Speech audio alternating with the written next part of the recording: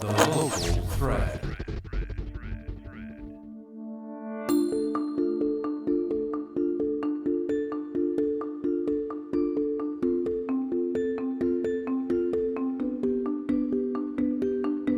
Welcome back to Toledo Works from the Toledo Free Press and WGTE Public Media. I'm Jaden Jefferson, a politics and government reporter for the Free Press, as well as a podcast host. And on this show, we're focusing on museums, so you're guaranteed to learn something, though I hope that's the case with every episode. I'm right now joined by Vanessa Applebaum. She is the Director of Conservation for the Toledo Museum of Art. Thanks for coming on the show. Thank you so much for having me.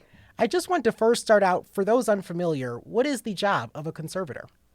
Great question. So the way that you would define conservation, it's sort of synonym of preservation.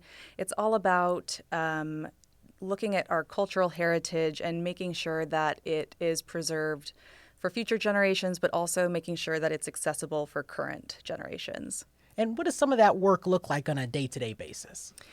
Well, it's that same old, no such thing as a regular day at the museum, no such thing as a regular day for a conservator. But I think with us at the museum and in the Toledo Museum of Art, we spread ourselves between working with our collection or being strategic about our collection. We could wake up in the morning, we could go in, I'll check and see if there's any environmental alerts. My team will go through the galleries and do some cleaning. We have some projects that we're preparing for, so we're enabling those works of art to go on display.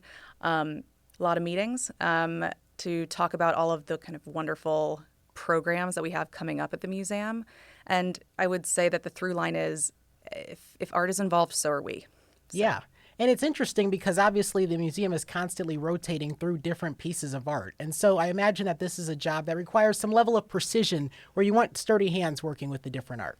Absolutely. And, it's not just the conservators who will have those sturdy hands. We work with art preparators who are incredibly skilled, expert at installing, deinstalling, and moving works of art within the museum.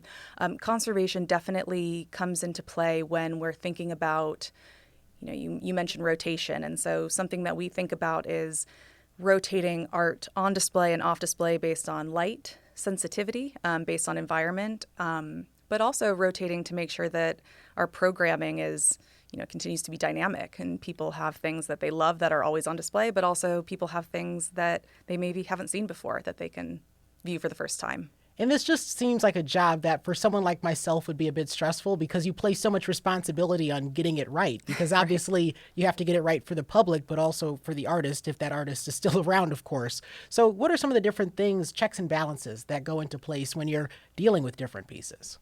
These are all very good questions. I love them because one of the things that, for me, my area of specialty is that I'm an object conservator, and I specialize in contemporary art, contemporary production methods. And so when you mention living artists, when you mention these works of art that maybe aren't the standard painting, oil painting on the wall, these are all things that we have to consider when we are providing the ideal stewardship, the best amount of care.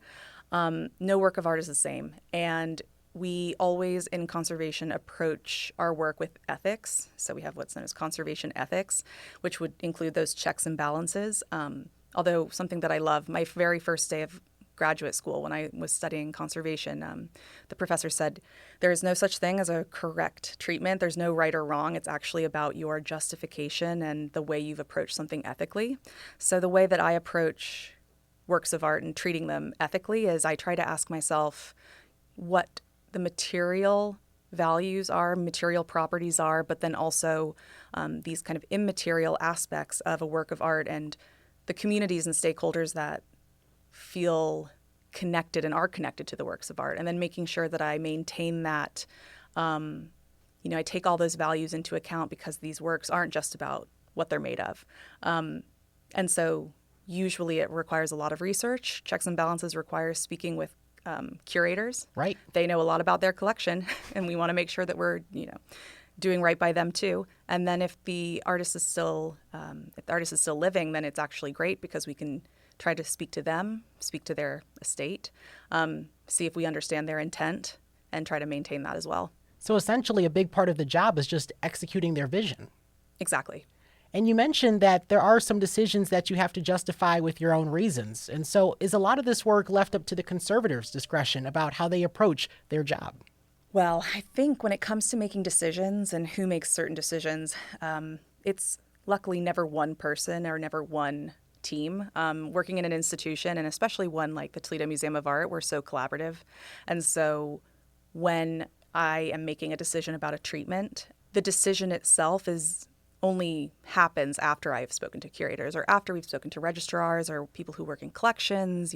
We have different committees who have all of the different interests in mind, whether it's the interest of the art. So I have the interest of the art in mind. We also have people who, have the interest of the community in mind and the interest of the visitor in mind. And so, a decision is never made in a vacuum.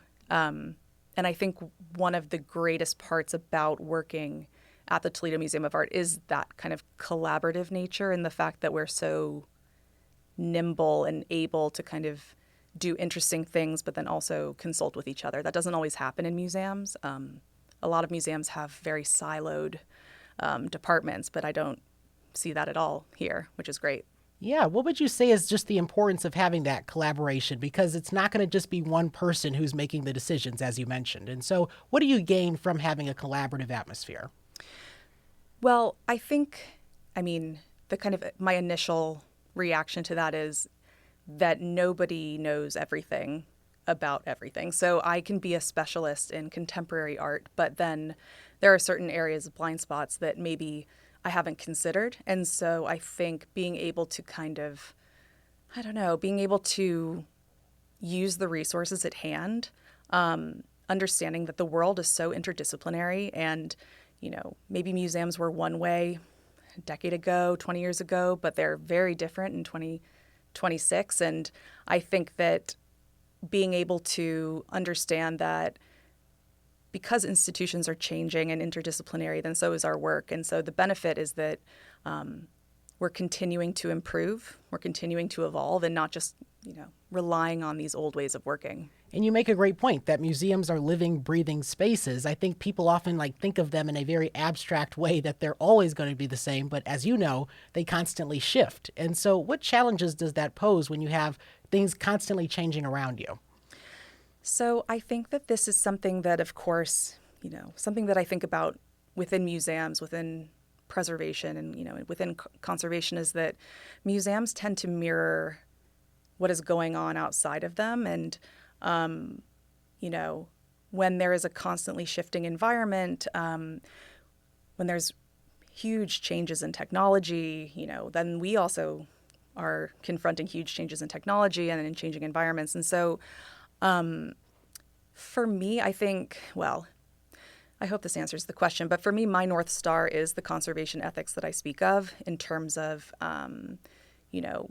making sure that I always keep top of mind what I am trying to do, which is to preserve the collection and also to ensure that it is accessible to our community and accessible to visitors. I think that we do a really good job at the Toledo Museum of Art of being so connected to the community. It's the whole reason why I work here.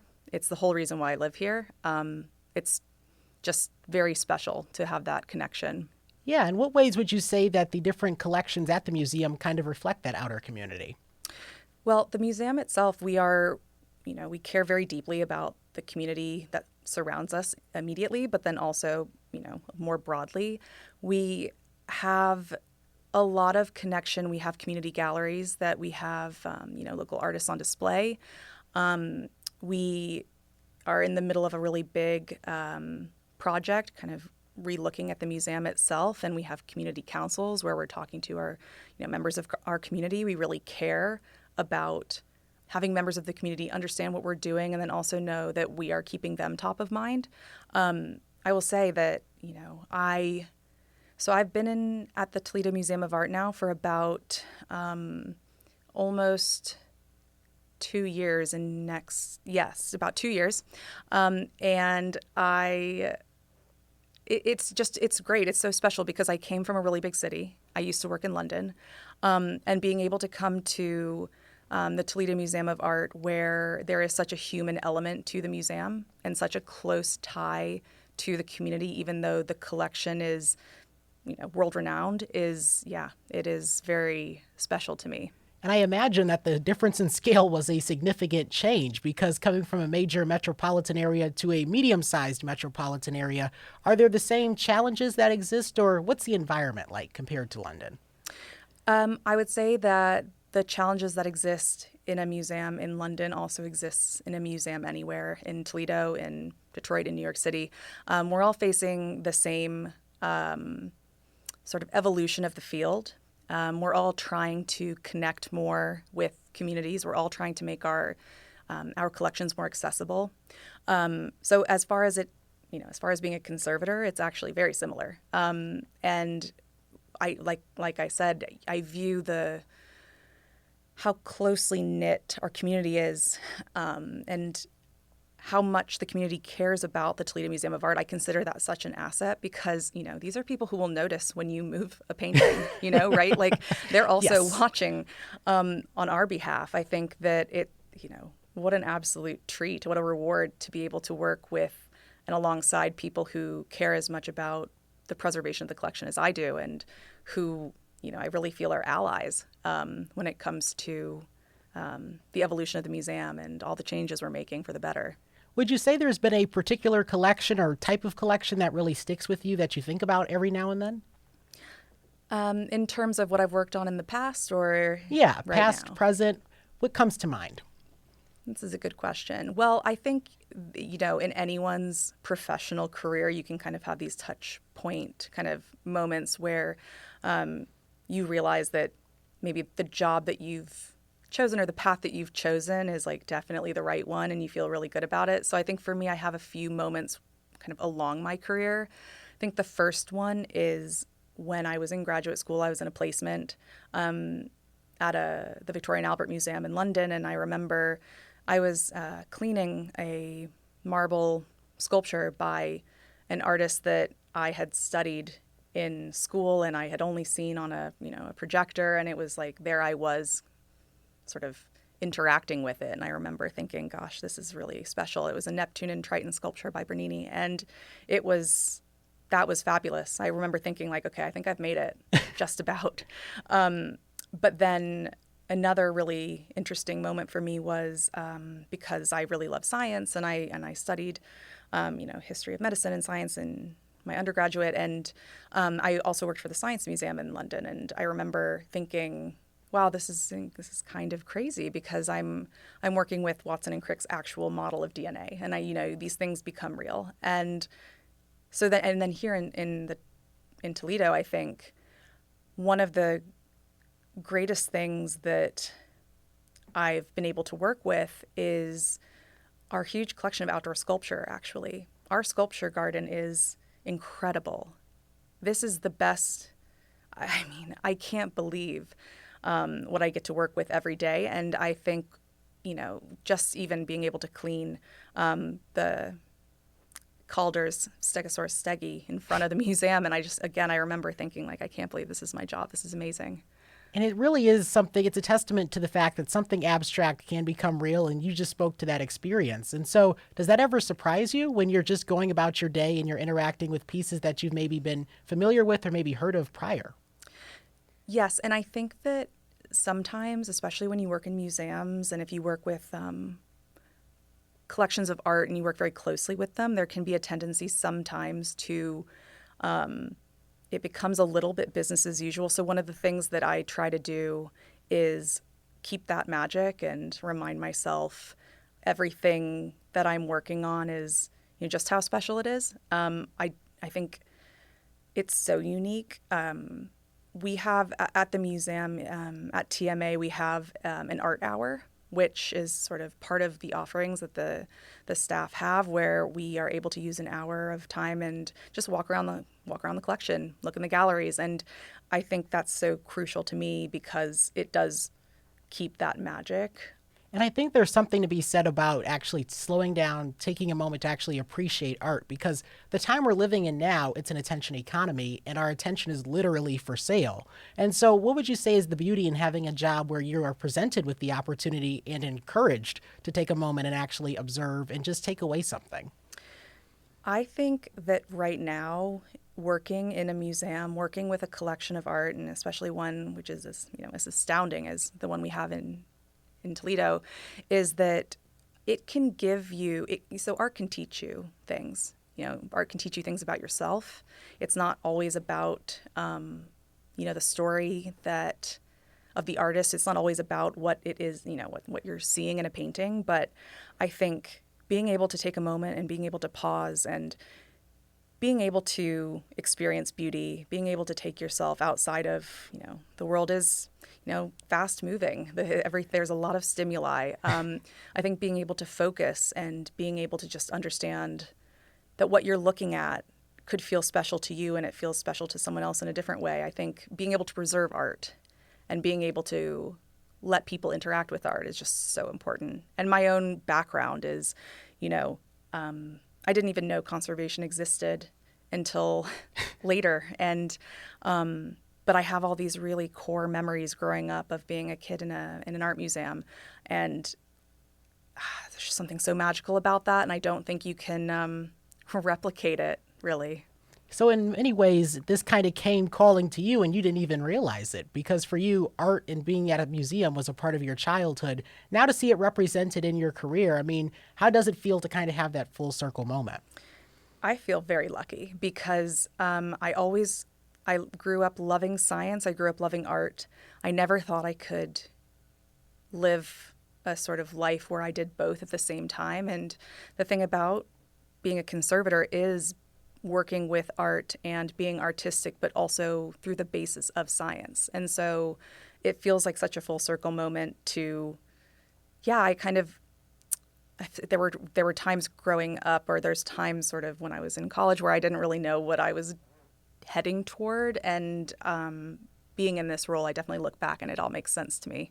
I feel like there are a lot of people who can hear that story and relate to it when they go to college and they don't know what they're heading toward. Yeah. Just lastly here, in terms of advice that you could offer, I think we all can, help bring that ladder down and help the next person up. To someone who shares that passion for art and science, what advice would you give to them that maybe you didn't get, but you kind of had to discover on your own? So I would say that, just even knowing that the field exists is already a benefit, and knowing that it is possible.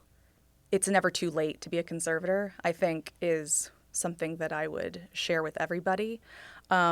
If you feel like sort of drawn toward conservation and preservation, one of the best things I could say that you should do is you should start looking around you, noticing maybe if you go to the museum, like, why is something lit in a certain way, or like, how is that put on display, and thinking about materials and even thinking about the things around you. Preservation, we do it every single day. I'm really passionate about making it so that, this is not something I want to be exclusive or, gatekeeping over. But everyone cares about things. We all Right. have things that we care about, and we do our best to preserve that. And so, everyone's a conservator, actually. Yeah, democratizing art. You got to love that. Yeah. Well, Vanessa Applebaum, Director of Conservation at the Toledo Museum of Art, thanks for coming on Toledo Works. I appreciate it. Thank you so much for having me. Thank you, and we'll be right back.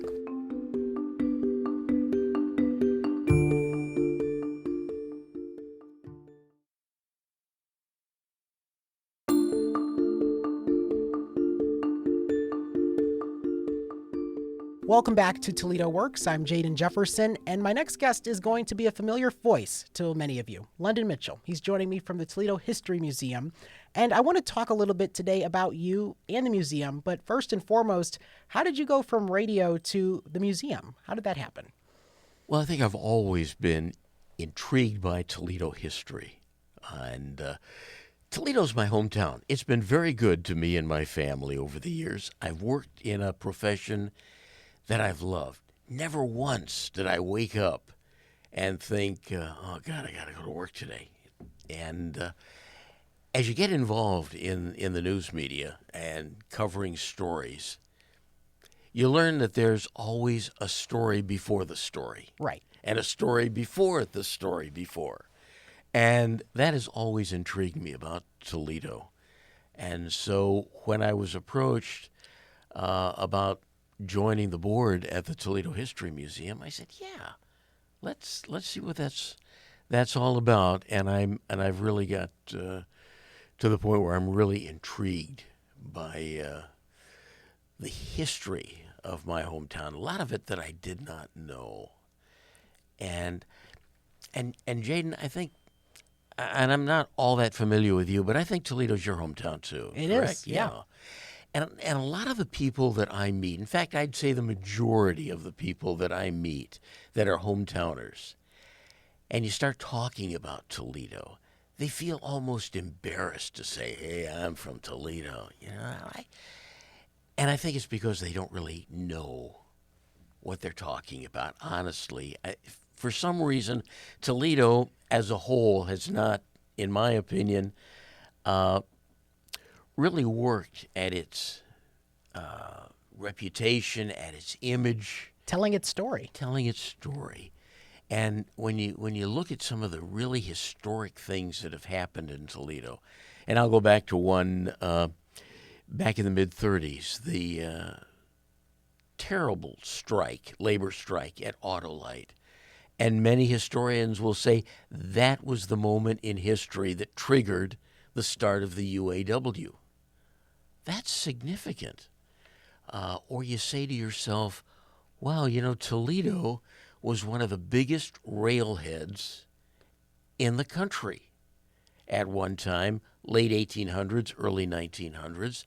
That helped open up the country. Significant. We were a significant player. And when you stop to think of the people that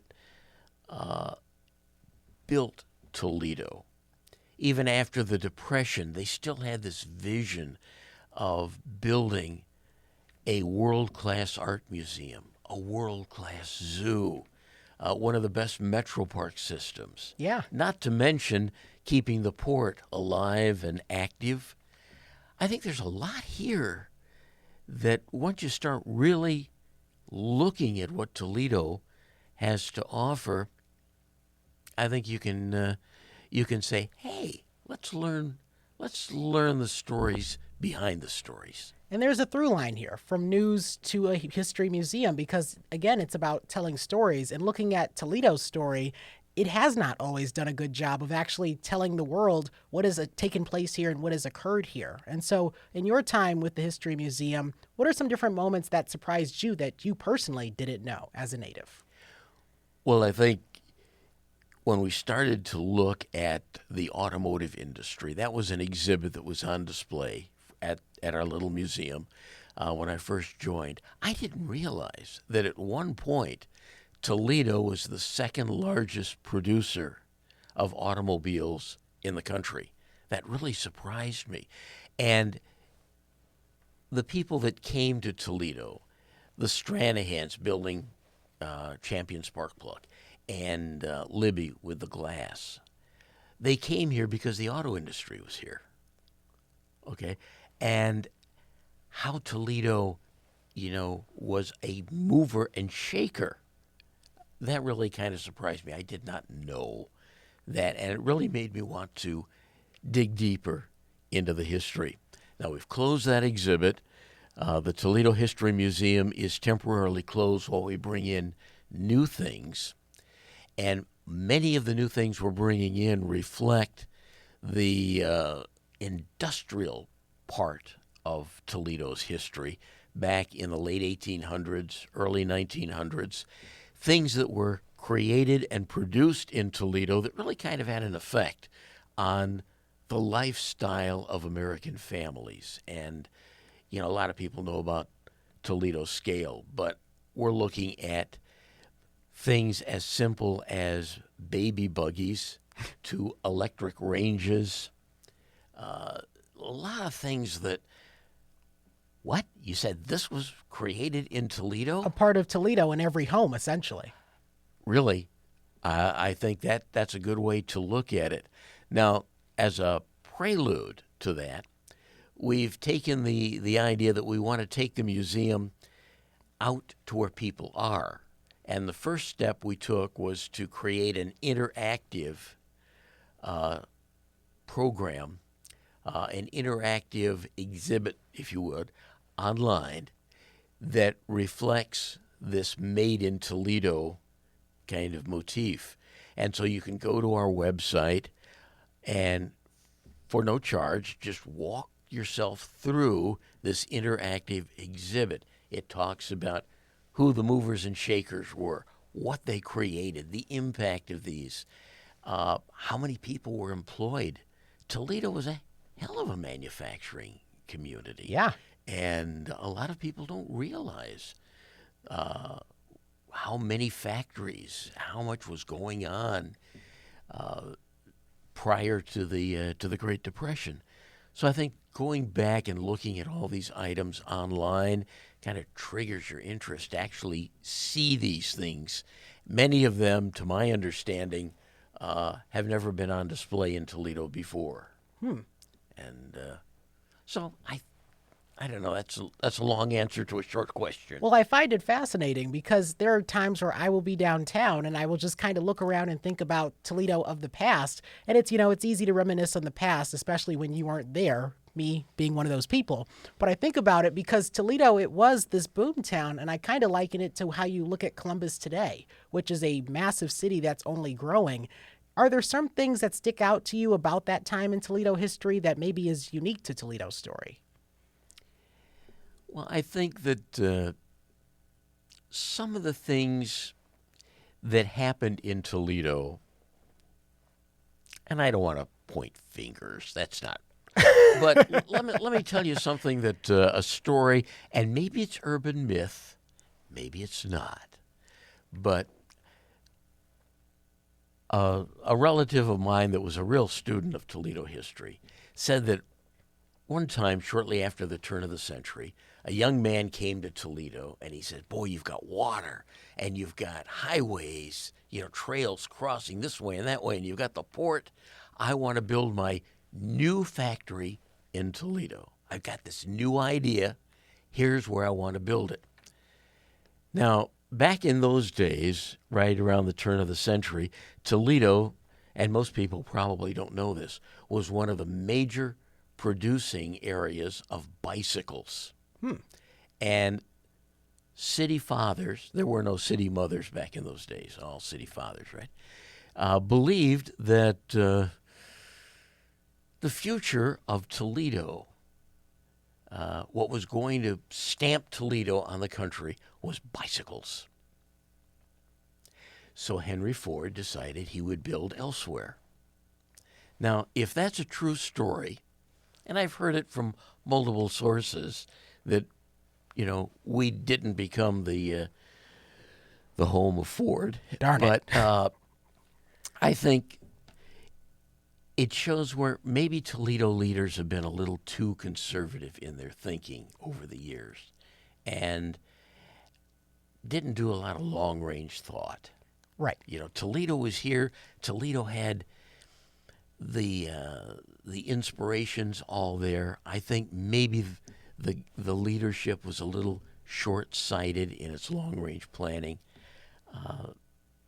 I can't say that. I'm not a historian. I'm more of a storyteller kind of person, but I do believe that that you could go back, and I think too. My alma mater, the University of Toledo, here in Toledo, and there was a time, and today too, but back when I was going to the University of Toledo, Toledo was my hometown. I went to the university. I could graduate from the university, find a job. Yeah. We had several Fortune 500 companies headquartered right here. And a lot of people did that. They went to college. They got their job. They had their careers, never left the city. And now things have changed. Now things have changed. But if you look back, Jaden, think of yourself, how different your behavior would be if you were always near mom and dad or grandma and grandpa or your uncles and aunts. You kind of behave a little more conservatively. You think a little more conservatively than if you went away to Athens and you were at a big party school and a lot of liberal thinking, or you went out west, or you right away joined the military. I think that the conservative thinking was kind of inbred in Toledo. Perhaps a bit stifling. Yeah, I think maybe now that's just a theory I have. I have no concrete evidence, and I can't give you any experts to talk about.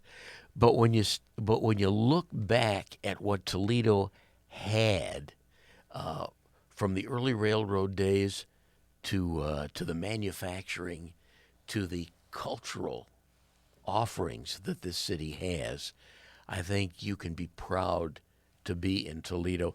And that's what I envision the Toledo History Museum being, is not just a collection of things, but a way to get you interested in Toledo's history and culture and heritage. Does that make sense? Yeah, and how do you go about acquiring those stories? Because many of the primary sources, they aren't going to be here to tell those stories themselves. And so where do you find the information and where do you connect with those things that maybe most people aren't already familiar with? Good question. Good question. And I think that you would be surprised at how many people have held on to stories and literature about those old days. The Toledo Public Library Local History Department is an excellent source For sure. of digging into things. And when we have an exhibit, I'll just take this old electric range that we have pulled out and we're putting on display to go back and look at the name and find out, well, was it manufactured in Toledo? Where? And you can start looking and piecing together a lot of the interwoven facts about who created this, why did they produce in Toledo, what was there about Toledo that was really, really interesting. A good story, too, is that Toledo really had the first radio-dispatched police car. We've got that story on our website. The offer went to Detroit. Detroit didn't have any money. Toledo said, "Yeah, we'll experiment with that." That's a really good story. I think one of the other stories that we have on our website, which is ToledoHistoryMuseum.org, is a story about radio, which really intrigued me, that the first voice communication on radio that actually went from one room to another room or one building to another building happened in Toledo. So there's a lot of stuff that if you just tickle some interest, you can find, like I said, the story behind the story or the stories that are networked with each other. And I know this is true of me. It sounds like it's true of you that when you're looking, it's not exactly that you're looking for something, but it really finds you when you're trying to determine what is relevant to Toledo's story. Because I know a little bit of internet research, you'll just come across things that maybe you've just never heard before. Is that true of most of your work? Yes, and it just points out something that I have considered amazing. 50 plus years I've been working in Toledo broadcasting, so I've been along for the opening of the internet and the World Wide Web, and it astounds me how fast it grew. And there's nothing you can't find online anymore. And when you stop to think, how is it that something could grow so fast, that so many people had so much interest in putting their knowledge or their companies or their organizations online? It just grew so fast, and now we have such a fantastic resource. It's great. Yeah. What would you say would be some of the key takeaways from Toledo history as we look to build Toledo's future? I think if we look at Toledo's history and we look at some of the people that were really involved, and I call them movers and shakers, but anywhere from Golden Rule Jones, one of our early mayors, to the the giants like Libby and Owens and Stranahan, they all had vision, and they all took it upon themselves to move those visions forward. And I think if we ever get to a point where we say, oh, golly, it's just Toledo. There's no future here. The future is what you build yourself. The future is open. The resources are here. You just have to look at the history. And I know right now I'm probably sounding like I work for the Chamber of Commerce, but you asked, and I see my hometown as a place where opportunity exists. And it's proven to us throughout history. Toledo was not a boom town. There was no gold here. There was no silver here. But we had resources that people could see and understand, like the port, like our location, and a workforce, and a pioneer spirit. A friend of mine, if I could just mention this real quickly, Ted Long has written a book, 1856, and it talks about how Toledo really became that vital frontier city, and the spirit of Toledoans to build their community and build their city. It's an interesting read, and I think it reflects on your question and kind of my sales pitch answer. And this is going to be a lightning question just because we have so little time. But do you think that visionary spirit still exists here in Toledo today? Oh, boy, you really backed me into a corner on that one. You know, I don't know, to be honest with you. I think that in some areas, I think that there is a lot of leadership in some of our cultural things like the zoo and the metro parks. And we have some really great facilities like the Museum of the Great Lakes that are parked here. And so I think that there are people that see Toledo as a place for the future. Yeah, it's all in the vision, and it's good you mentioned the Museum of the Great Lakes because they'll be joining us next right here on Toledo Works. But for now, London Mitchell of the Toledo History Museum. Thanks for coming on the show.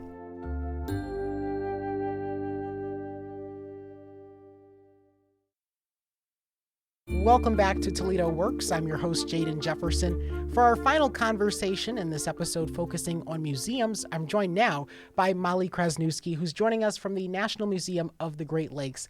And you're there right now on a fellowship. So kind of speak to us about that fellowship.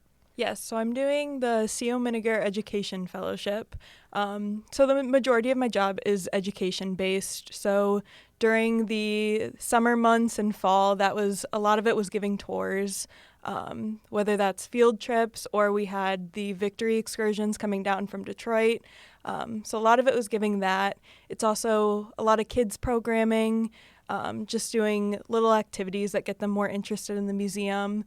But now that it's kind of dialed down, the winter months are usually slower for us. We had our big Fitzgerald weekend in November, and that was about our last big event of 2025.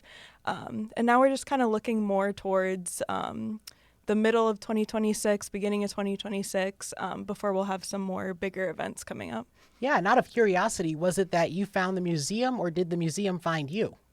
I found the museum. So I graduated in May, and I graduated from Ohio State, and I had a kind of job recruiter working with me to help me find opportunities, and they sent me the job about like a week before I think the application closed, and it ended up just working out perfectly that it was exactly something that I wanted to do and something that I was interested in, and they were interested in having me, so it perfectly worked out.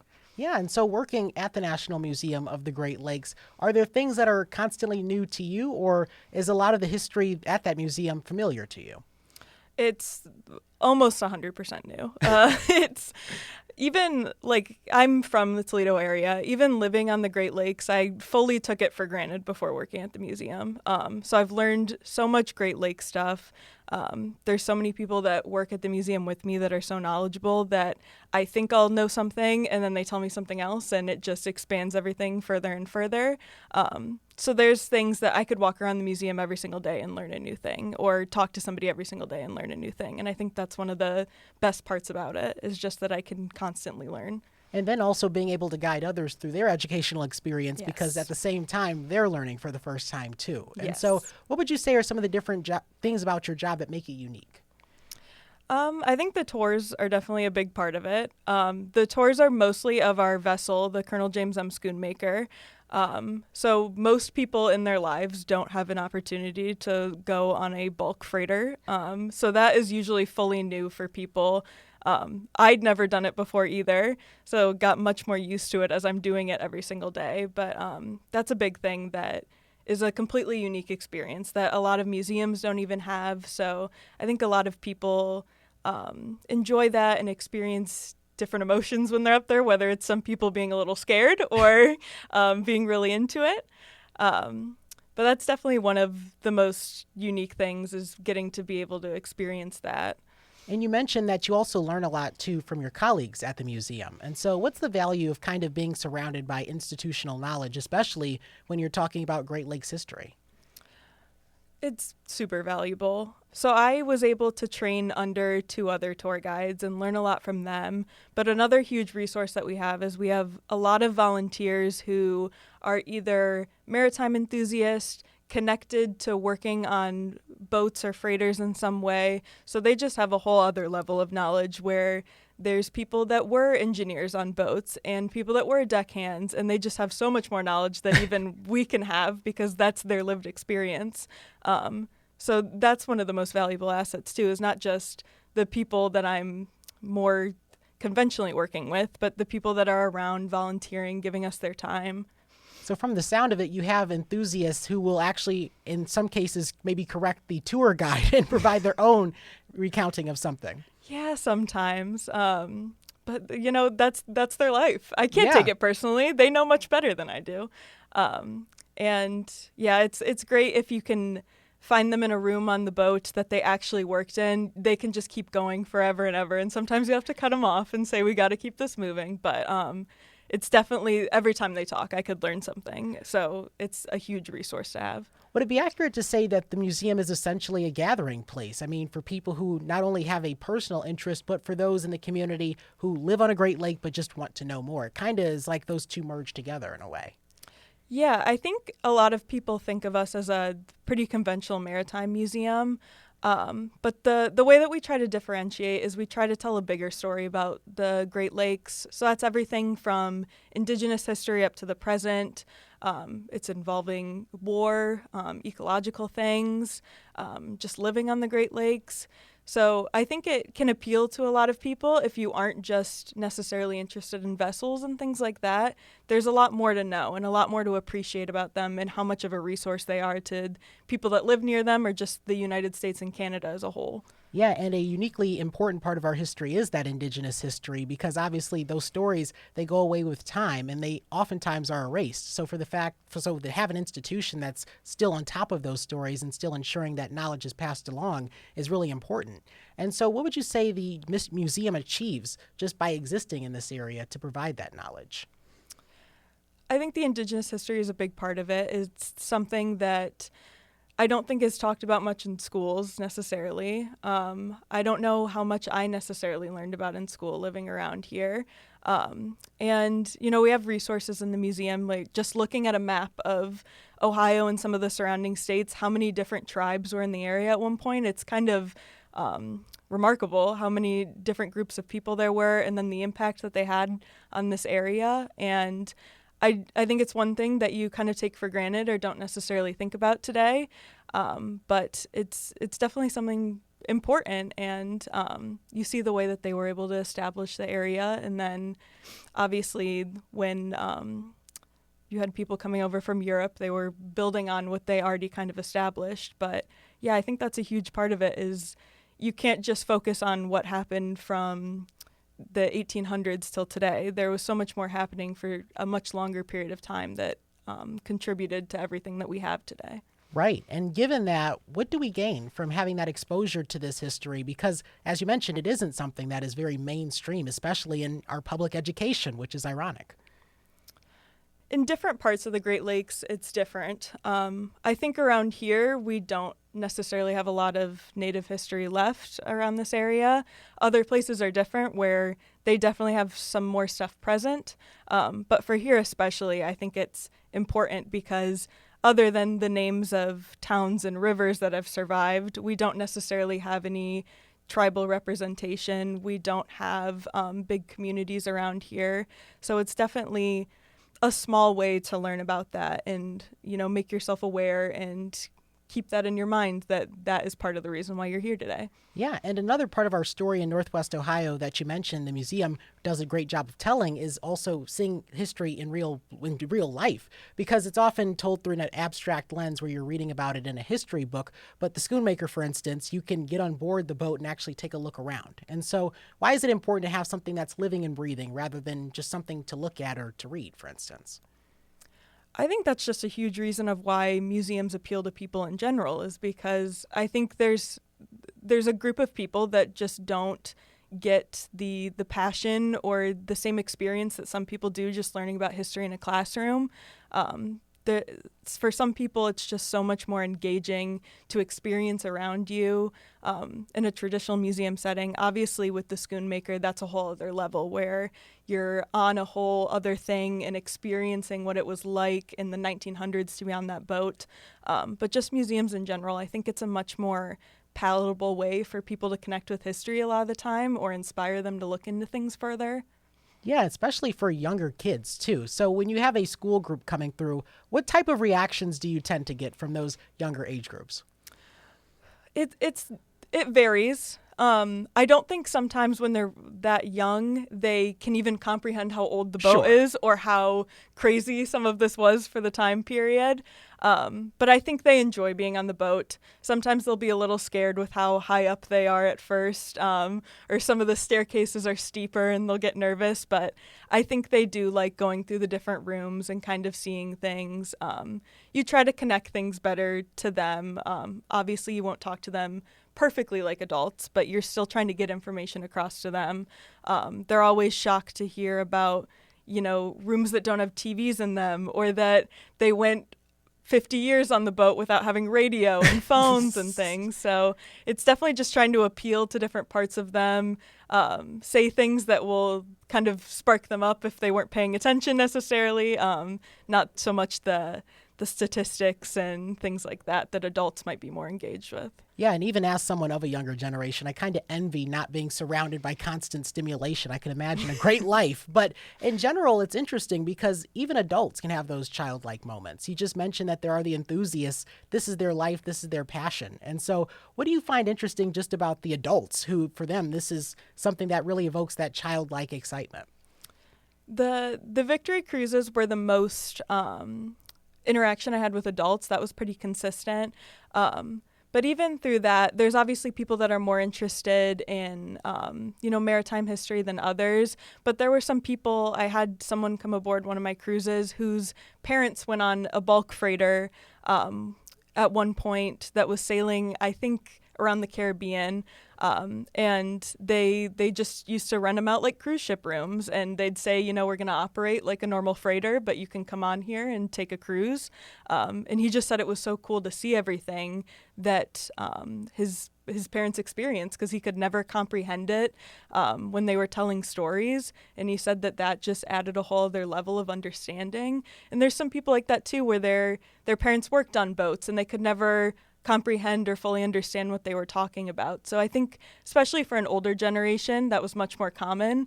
So I think that's what I get more often, is people knowing people who worked on vessels or were on vessels at some point that are just excited to be able to experience being on one. And as you were describing the museum's experience, or the museum experience, it kind of comes across as being the place where you kind of connect the dots, essentially.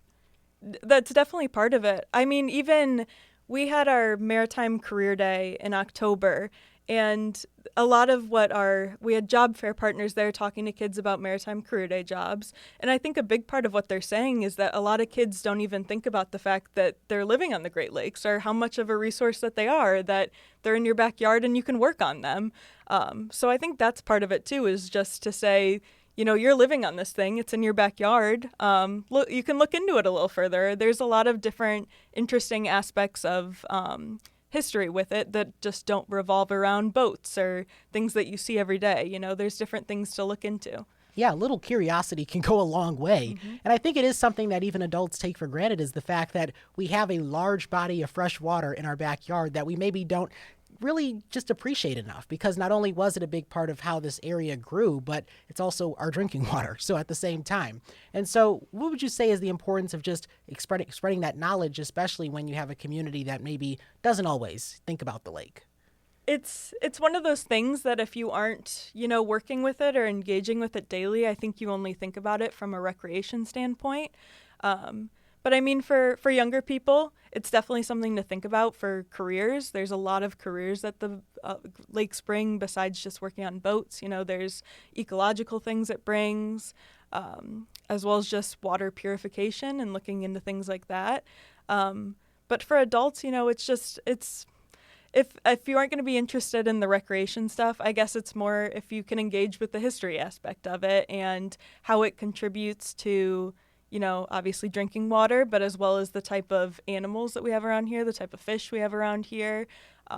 So it's just, if you can find something you're interested in, there's a lot of niches with it, even down to, you got battles that were fought on the Great Lakes. Yeah. You have Commodore Perry fighting on the Great Lakes and things like that. So even if that's more your interest, there's a history there as well. We talked a lot about what other people find interesting about the Great Lakes. What about you personally? Is there a particular part of our story that sticks out to you?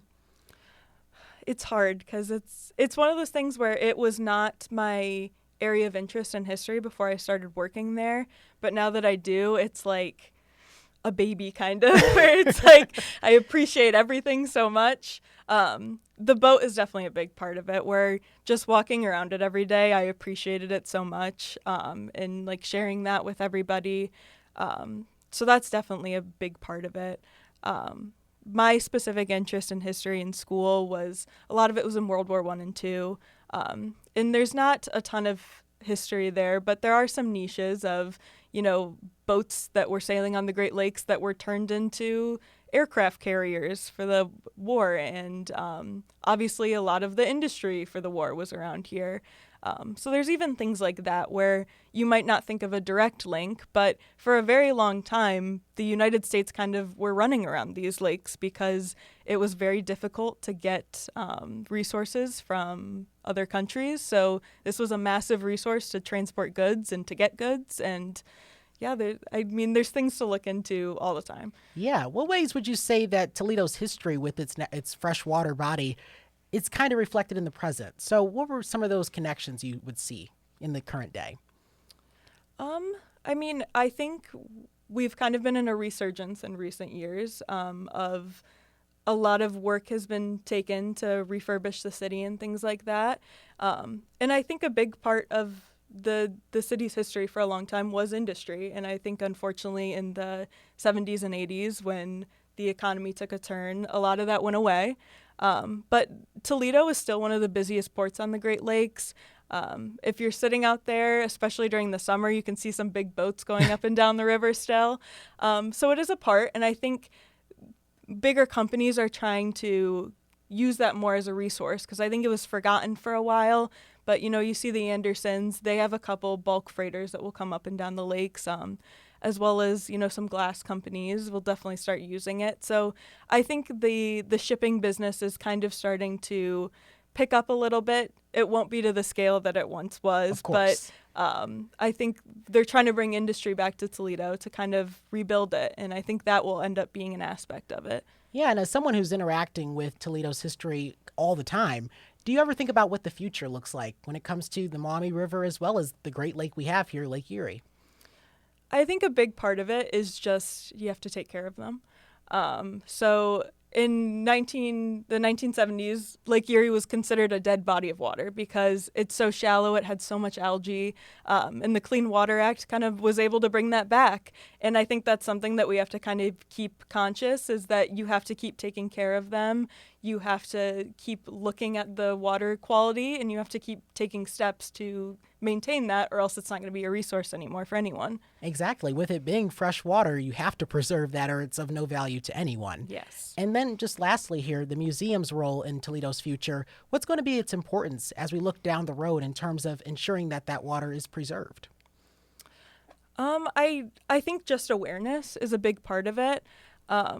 and we're trying to make people more aware of the museum. We've been in Toledo now for a little over 10 years, but I think a lot has been done in the past couple years to make the museum more visible.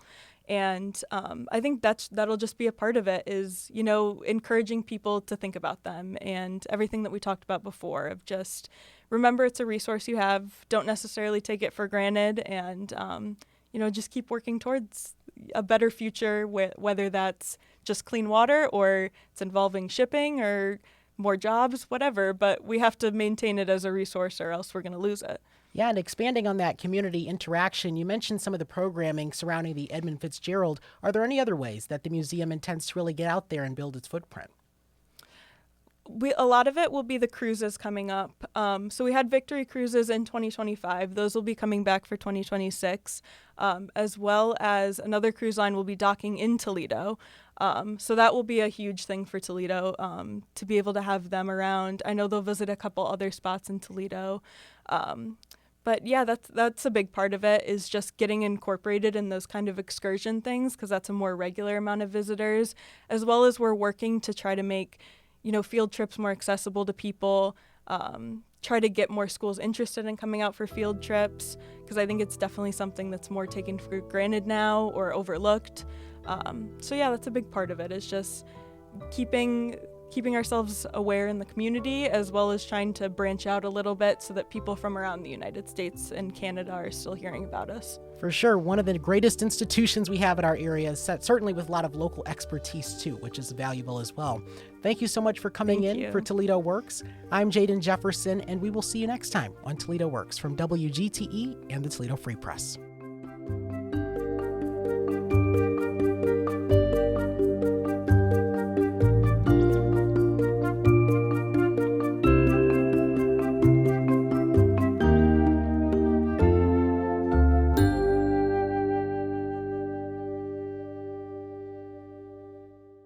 The Local Thread is a production of WGTE Public Media. Episodes can be heard weeknights at 7 on FM 91 or anytime at WGTE.org.